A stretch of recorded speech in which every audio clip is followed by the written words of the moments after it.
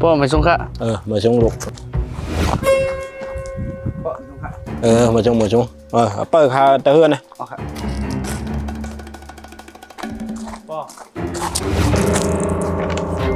ป้อมาช่วงข้างถ้าเราจะถึงป้อหน่ะหมอบอกว่าจะถึงลูกเหมือนกันอ่ะเปิดตะเฮือนนะลูก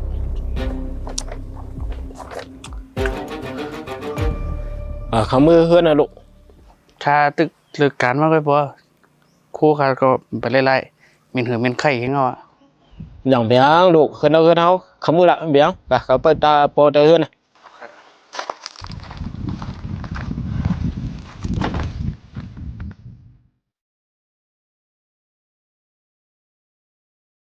การไม่มือพองเปียนไปแล้ว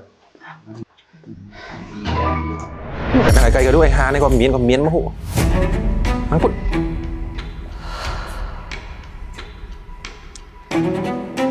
ป้ออย่างป้อเดี๋ยวห้องมาอย่างไอ้นี่ไอ้ก้นผ่านในลูกเก็บนี่นี่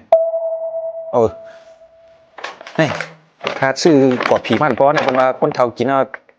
เดินร่วมดีๆนะวะจอมาลูกอ่ะจอเมื่อไหร่ก็เขาบอกลูกก็มาพร้อมหน้าพร้อมตากันบอกใครอุบโอโชอินเนี่ยกูกู้ได้ไรป้อแต่ข้าย้อนถามป้อลองเนาะป้อเดี๋ยวห้องไอ้ในมาอย่างไหนลูกเต้กับใจลูกเก็บมึงไว้เก็บมาจำตาจำตังได้เมียนก็เมียนใครหักมาท่าใจเอาอะลูกนอกใส่ไงห้องไม้ช่างนั้นเฮาในกับลูกเต้อะบ่อย่าไปวางกันเมื่อในอันที่ปอห้องสู่เขามาเนี่ยปอก็บ่อยู่ลีปอแค่ตรวจด้วยตัวคิงปอเนี่ยเป็นหืมหูปอก็มีเงินขย้อนเงินชูก็อิดก็อ้อนของสูมีฮะน่ะปั่นกับเขามาย้อนเหมือนในเขามายินป้อมอยู่ลี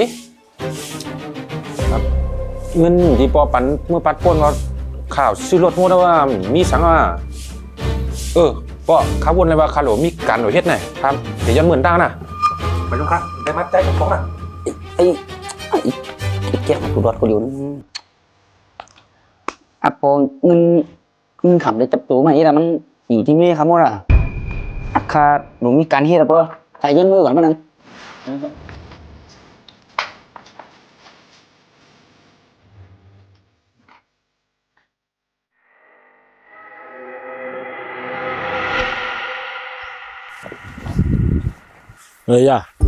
คือกำโลใครถามมาได้ลองว่า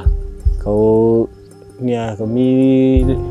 เฮือนมีนามีสวนเขาได้อาบรรลุกับช่องก้อนของที่อับดีเมื่อวานพี่ก็กล้าวนได้เลยแหละพี่ก็กล้าก็เก็บไว้ให้พี่ก็กล้าพองกาแต่เดี๋ยวนี้มันเหมือนที่เขาวนหรอก่อนนั้นก็พี่ก็กล้าลองจำจะได้ลุกได้พี่ก็กล้าแหละวันนั้นเขาได้เฮ็ดด้วยจริงเมื่อวานนั้นยินจมไอ้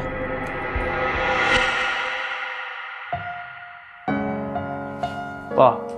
มาเหลือในป้อเขามันอยู่ลีในกันได้เนาะใครกว่าห้องยาตัวไหนอ่ะมาเหลือในเงินเก็บขาก็คือเด็กกันได้ก็จริงคือก็ปอกับใจก่อนเพราะว่ามันป้อไหนป่องก็โทรหาลูกแทนก็เลยนะลูกไปหามาปั่นกว่ายินจมมาลูกอะเงินในที่เตงเดี๋ยวปอมโลหรอปอใครมาจามโดยเจอชูพี่น้องว่าก็เราได้ปึงพาอะไรก็เราได้ปึงยิงอะไรนี่พอใครมาจ้ามด้วยจังนั้นก็ที่เตียงพอก็เป็นทางนายาวเหนามวนเหแล้วก็สวนเอาดีกว้างพักฮีนั่นแล้วก็เฮือนหลังในปอได้อาปันมาปอก็ฮู้ว่าทำไมลูกล่างก็เลยดีที่ปึงยิงไรถึงว่าเมื่อจะลูกที่ตีของเขานี่ก็เขาปึงยิงได้ผักจัดปานไว้มันมาหนาลูกหนาเงินในลูกเก็บไว้ตั้งเฮือนเนี่ยพอได้อาบปันปุ๊นะ